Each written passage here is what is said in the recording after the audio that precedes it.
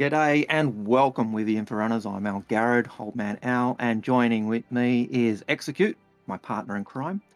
And joining us via phone is Kreedus. Say hi, Kreedus. Hi guys. And Kreedus came to us. He has I'd suppose a fairly sizable amount put into the game, but he's Yep. wanting to consolidate it and work out, try and just nail down the areas of ships that do best value for the things he wants to do. So we've I, spent the last couple of hours yep. talking to him about those ships and the options, and it's ranged all over. I think would be a fair I think description. the biggest thing was probably whittling down what professions he wanted to look at, because we normally ask for 3 and he'd given us 6, so it was Yeah, kind of like and, whittling it back.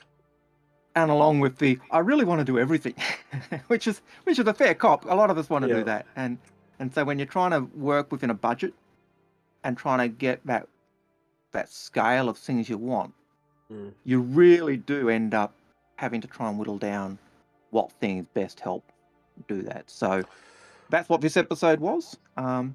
It's a little bit different from that start from the bottom and work your way up from the using the war bond, mainly because he's already got those ships. Yep. And so this changes slightly from that previous episode where we said, hey, the mantra is changing, but the concept is always still the same: get the best value for buck. That mantra is not always going to be the case, No, because that's probably, I'm going to be honest, that's probably what we should be recommending to new people.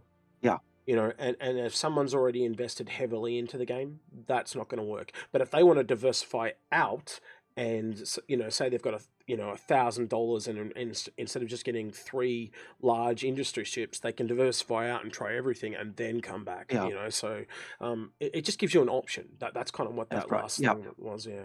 Anyway, let's flick it over to the browser. If I press the right button, that might help, and we'll go from here. So this is what you had, Kreedas. So do you want to talk us through your options? So let's just start with the Vanguard and work our way up in price. So what Yeah. was your thoughts Why? behind the purchasing the Yeah. Vanguard? Well, for the Vanguard, I just thought combat. I wanted to try out the combat in the game, and yeah, it seemed to fit the bill. Right. And the next Okay. one. And the MSR.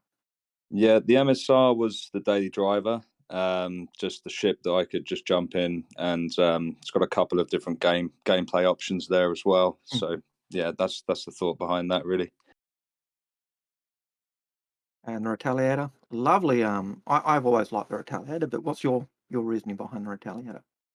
Well, it's just I think it's very undervalued.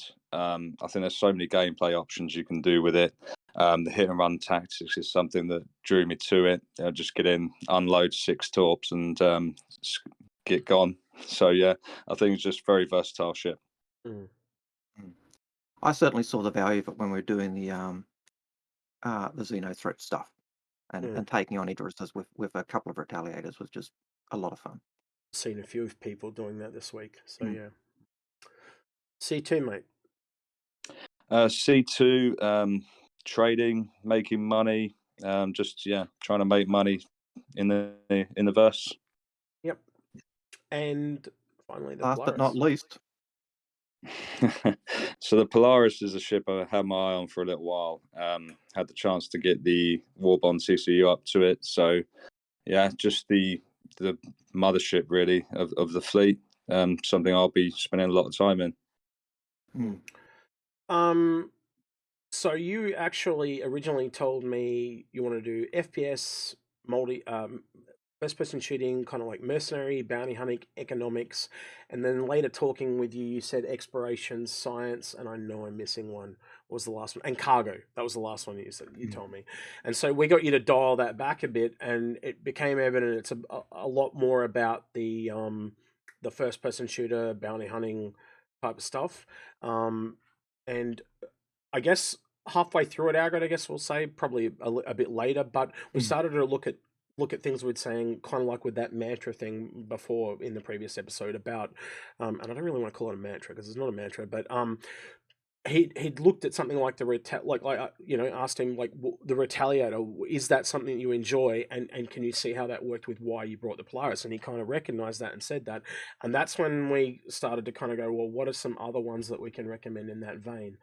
And so I'll flick us over to this now, and this is kind of where me and Algared have ended up, and the Carrack's off to one side, and we'll explain that as well. But basically, I don't know, Algared, where do you want to start? We'll start with the Endeavour. I'll let you take the Endeavour. Go nuts. Well, the Endeavour's our standard. We are known as the culture of the Endeavour. But the Endeavour is your scientific ship. It is a ship that can do pretty much everything, I suppose, in the long run. It's got the hospital gameplay if you go the hope option. It's got the Discovery version with the telescope. It's got the farms. So it does have a lot of gameplay loops that you can go in depending on which modules you put with it. At $350 at the moment, it is a steal because we are confident it's just going to grow in size. And if you look at the Taurus and the price increase the Taurus recently got, translate that across to the Endeavour, and it's going to go through the roof. The other advantages with the Endeavour is because we know it's going to be one of the last ships that's produced. When you look at the loaner ships for the Endeavour, you've got the Starfarer and a Cutlass Red. So you get a bit of medical gameplay loop in there to practice with, and when refueling and harvesting hydrogen comes online and refining comes online, you're going to have that ability to try that out with the Starfarer. So in that sense, for the price point of the Endeavour and the loaner ships you get, to me, it's a no-brainer. And I think at the moment there's not really a lot of science ships. There's basically this and the what is it, the Reliant Sen, and that's it. So you really, honestly, I think you both agree it's probably the most unfilled out of all the professions at the moment. Yeah. And also, if that's all those things Algared mentioned under the science tag, well, that's a lot of different science ships that we might be seeing along the way. So yeah, I think it's probably, we talk about it a lot. It's definitely the best value. So that was an easy recommendation. I want to go into the Banner Merchantman. For me, I like the one of the big reasons a lot of people have those C2 and the M2s is the tanks. And a lot of the discussions we've had internally, and I've had externally with people as well, is I'm not sure how much that tank and like if you've seen discussions between me and Paul when we did the tier list, I think it was late last year or early this year, whenever it was. For me, the Hercules is not proven to be the only ships that can carry tanks, and I think that's my biggest doubt with those ships. An example here is the Banner Merchantman. There is no reason, in my eye, that with that massive platform that comes down, that you can't drive a tank onto there, and that goes up in the ship. But I also know there are other ships, and I know this is not on this list, but like an Idris can technically carry. The last image I saw of it was 20 tonks and 4 ballistas in one go. Now you work that back through how many pilots you need for the Hercules and stuff like that, and you quickly kind of ascertain that the Idris is probably a better option than 10 Hercules or 20. Sorry, you would need 12 Hercules. So it becomes a question there. But I certainly think if you're looking at the C2, the Banner Merchantman, that's in terms of cargo and the other stuff, I think the Banner Merchantman is a better option. Don't get us wrong, I think the C2 is a lovely ship, but I think the Banner Merchantman is going to surpass it. For the money, most definitely. Polaris. Now, this is one that I think we'll talk about the Carrack as well here a bit, Algared, because we kind of probably the last hour was just going us back and forth between the Carrack and the Polaris, but fundamentally his main thing was the mercenary bounty hunting type gameplay, and if you have to pick between those two, you have to lean more towards the Polaris. And the other thing we should probably bring in here a bit as well was he did mention he wants to join an org. So running that through, I think the conclusion was Polaris, but because as we looked at it and we thought about what's the most popular ship, the Carrack is the more popular ship, and so a lot of people do have that, and a lot of people do want to do the exploration gameplay. Whereas the Polaris is probably not as numerous in the verse. It also fits more with the gameplay he was liking. He did like doing that torpedo run. Oh yeah, that's right. Yeah. But Polaris does have a hangar which is bigger than the Carracks. It does have the same type of facilities in terms of med bay. So we suggested things like that to the hangar, didn't we? So like things like the Terrapin, or even having another hunting ship inside the Polaris that when you get to a planet you can take out and use that as your landing craft, or going to hunt your target, where you kind of can't do that as much in a Carrack. You're kind of locked into the vehicles that can fit in that. Yeah. So yeah, we tended to think that was a pretty good ship. But talking about the Carrack, that was the other ship, another option. And we did actually have the two options, didn't we? We originally said, oh well, look, what 4 ships would you want? And the 4 ships did come out as being the Carrack, the Polaris, the DMM, and the Endeavour. Yeah. We said, well, if you get rid of one of those ships, you could actually get the other ships in the thing. And so so that's right now, really why we've got the Endeavour on the side, the Carrack on the side, isn't it? It's with all the money he's spent in the game currently, he can buy everything on that side of the screen. But we've also suggested that if he picks up some Warbond CCUs, saves some money, over the next couple of years, he can work towards getting a Carrack again. And we've also suggested it in the other way. If he's really sure he wants a Polaris, because currently he has a Carrack, right, with CCUs to a Polaris, and what we're suggesting is maybe go the other way and get a CCU chain up to the, he's already got some ones in the Polaris. If you can pick some at the sales, he might even be able to bring the price of the Polaris down, because you've got more choices there, because the Polaris costs more, obviously, and you can save more money. So he might end up getting something like a $400 Polaris over the next couple of years, which is a lot easier because he's getting it in dribs and drabs, and it's not this one big one-off purchase. So if he that gives him flexibility there, which is I think is really important. All right, should we move on to the Caterpillar, Algared? So I think everyone knows a lot of my thoughts on the Caterpillar, so they probably know yours too at this point, but give us your 2 cents. The Caterpillar. It's a great cargo ship. It's probably still one of the bigger cargo ships in the game. It's not the biggest anymore, but it's certainly still one of the biggest. It does give a lot of flight its flight characteristics do take a bit of getting used to, but once you get used to it, it is quite good. It does feel sluggish and slow, which I think is great for a larger ship, certainly one of its length. It's definitely But giving the up beauty of it's giving up its speed to get more versatility, is how I see it, where the MSR has a little bit of versatility, but it's got a lot more speed. So they're a bit yin and yang in my book, but yeah, go ahead. The beauty of the Carrack is that modularity that's coming down that supposedly is coming down the pipe of those cargo bays being able to be swapped out, and the fact that it does have that massive tractor beam set up on that one wing. So loading and unloading comes really. You said Carrack, Algared, so he means Caterpillar people. I'm just saying I do mean Caterpillar. I know people pick us up in the they will comments if we don't do it, because that always happens. Yeah, but hey, he's also I do it as well as Execute. Technically, it was right as well though, because there are modules for the Carrack as well. See, I did it backwards then. But I think that, like, as the daily drivers go, it's probably my top pick, and I think my second pick would probably, if I kind of really think about it, might be the MSR, just because of its zippability. But there's just some things I don't like about the MSR, like the lack of windows and stuff like that. But again, having these big ships, you can get a daily driver pretty easily. And another little thing about the Caterpillar is, because it's that cargo, he can try out that cargo on the Caterpillar and know that that's what he wants for the Bounty Merchantman and stuff like that, and pivot if he doesn't want to. Pivot if he doesn't like it. And I'd have to finish with the Redeemer, which I'm really, really excited for at the moment. And I think this is probably going to be one of the most pivotal bounty hunting ships in the game. The ability to kind of like use it like a drop ship and drop off and hunt people. The ability to, like a long range fighter, so you can still go between planets and hunt people. I at the moment, I can't think of another ship at its price range that does more for bounty hunting than that. Yes, it does require 3 people to be used effectively. But again, if you're hunting in a team, if you're doing that, I was saying before to Kreedas, it's kind of like halfway between exploration and combat is what bounty hunting is, because you've got to, scan and find the target and then hunt the target and hunt it down. So it is this kind of combat exploration thing. and I think again, anything done in a team is just going to be highlighted. So for me, that if you want to bounty hunt and do it with more than one person, the Redeemer's the way to go.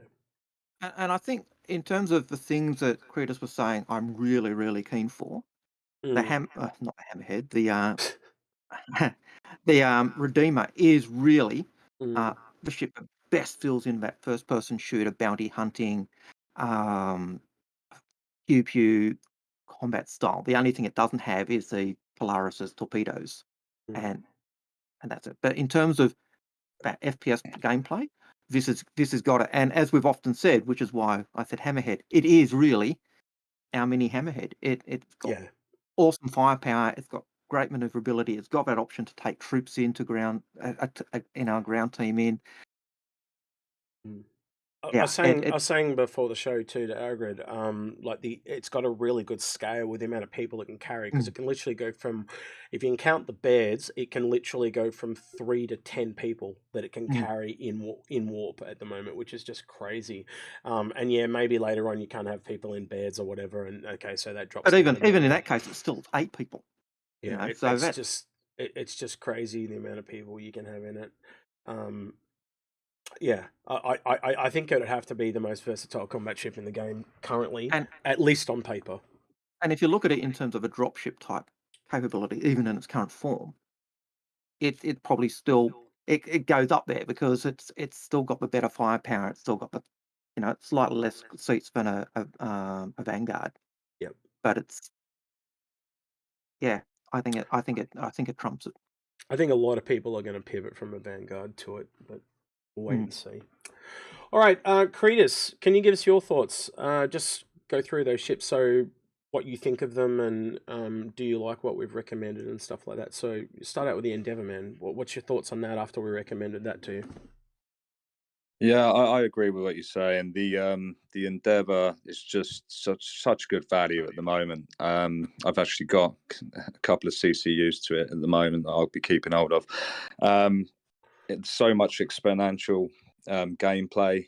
I think it really keys in with your earn your way down. I think that thing's going to be huge, and the gameplay loops on it endless. So yeah, no, I'm very happy with adding that to the fleet. I think the BMM, after speaking with you guys, it's so much better than the C2 that I currently have. So yeah, I'm more than happy to get into the BMM. The Polaris, actually having this chat's given me, actually made me realise that that's the ship that I want to keep. I was kind of to and fro in between the Carrack and the Polaris for quite a long time, and running through it all was kind of giving me that focus and made me realise that is actually the better ship. The Caterpillar, it's a better daily driver than the MSR, in my opinion. So much versatility there, and that's what I'll be using that ship for the most part. And the Redeemer, it's much better than the Vanguard Warden, in my opinion, for what I want to do in the verse. So yeah, very happy with the suggestions, and I think that's the route I'm going to go. Doing something that Algared normally do. I just remember when you mentioned the Bounty Merchantman, Algared did mention this before the show, but the actual loaner, the ironic thing is the C2 for the Bounty Merchantman. So you still kind of get the C2. Defender. Yeah. And a defender for pew pews. So yeah, that's which I think makes the Bounty Merchantman a better option in terms of that at the moment, because you get the C2, you practice the C2. When the BMM comes out, you try the BMM, and then if you go, yeah, I like the C2 better, you just apply your CCU or get the CCU to it. And if you find, yeah, I like the BMM, you go, well, sell off a CCU. So yeah, I think that's the value of those loaner ships and how to use those loaner ships. So yeah, you've got a little bit of work coming up at the next sale. Obviously, you're gonna have to do a bit of shifting around, a bit of CCU purchasing, but I think you'll be in a much better place if you can get that all organised. Again, if you need any more help, Kreedas, just reach out and we'll help you the best way we can. All right. Anything you want to add, Algared? I'll let you sign us off. I can just be lazy today. I can do nothing. I just go. Yeah, I made him get in a certain time earlier in the week. He's obviously decided. It's obviously payback. taking it out on me. It's payback. So look, if you like what we say, leave a comment. Let us know what you think. Do you think we're leading Kreedas down a garden path, taking him into a dark alley to beat him up, or are we giving him good oil? Leave your comments. Let us know what you'd do. Always remember, be respectful, look after each other. Don't forget, call a friend. See how your friends are going, especially in these situations of lockdown. It does really help to keep in contact with people. Yeah, and I will actually add. There was a lot of kind words on that competition. I was very taken by everyone's comments. And both me and Algared, thank you very much. Thank you very much. Yep. So do leave your comments. We do read every comment. Believe it or not, we actually do read every comment that gets posted. We don't always respond to them, but we do actually read every comment, and we do appreciate every comment and every bit of feedback we do get on our videos. If you want to go the extra yard, we'd love to see you on Patreon, but at bare minimum, hit that like and subscribe button. It really does help, and I suppose that's probably it, really. Yeah. He's been Algared. The voice in the void has been Kreedus, and I've been Execute. And we'll catch you we're in the out next of one. here. Take care.